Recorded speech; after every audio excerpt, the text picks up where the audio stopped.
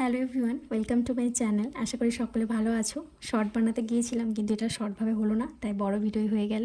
তো চলো প্রথমে শেয়ার করে নিই। আজকে আমি একটা প্যানকেক বানাতে চলেছি এবং হেলদি প্যানকেক। বাড়িতে একটা কলা ছিল, এতটাই মজে গিয়েছিল যে কেউ খেতে চাইছিল না। সেই কারণেই একটা কলাকেই আমি এক চামচ চিনি দিয়ে ভালো করে ম্যাশ করে নিলাম একটা কাঁটা চামচের সাহায্যে।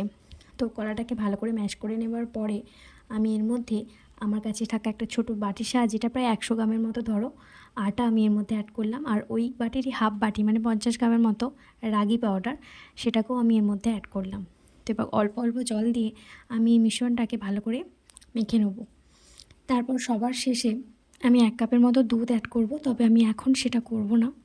আগে জলের সাহায্যে এটাকে ভালো করে মাখিয়ে নিই, তারপর দুধটা অ্যাড করব। আমার কাছে অ্যাকচুয়ালি গরম দুধ ছিল, সে কারণে আমি চাইছিলাম দুধ একটু ঠান্ডা হলে অ্যাড করতে। কিন্তু তারপরে 1 কাপ দুধ আমি এর মধ্যে দিয়ে দিলাম। দিয়ে দেওয়ার পরে মিশ্রণটাকে আরও একবার ভালো করে মাখিয়ে নিয়ে আমি আধ ঘন্টার জন্য এটাকে ঢেকে দেবো।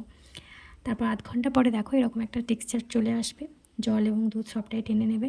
তারপর একটা প্যানে ঘি বা তোমরা সাদা তেল ইউজ করতে পারো, আমি এখানে সাদা তেল ইউজ করেছি। ছোটো ছোটো প্যানকেকের আকারে আমি এভাবে গড়ে নেব। আর 2 মিনিটের জন্য এটাকে আমি একটু ঢেকে দেবো। আর এই টিফিনটা মানে রেসিপিটা জানো তো, বাচ্চারা খুবই মজা করে খাবে।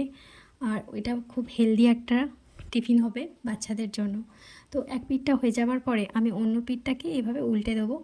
তারপরে এটাকে আমি চকলেট সিরাপের সাহায্যেও তোমরা সাজাতে পারো বা একটা আকর্ষণীয় করে তুলতে পারো। আমার কাছে চকলেট সিরাপ ছিল না, সে কারণে ডেয়ারি মিল্কে গরম করেই না আমি এইভাবে ডেকোরেশনটা করেছি। জানি খুব একটা ভালো হয়নি ডেকোরেশনটা, কিন্তু খেতে খুব ভালো হয়েছিল। আমার ছেলে খুব মজা করে খেয়েছে।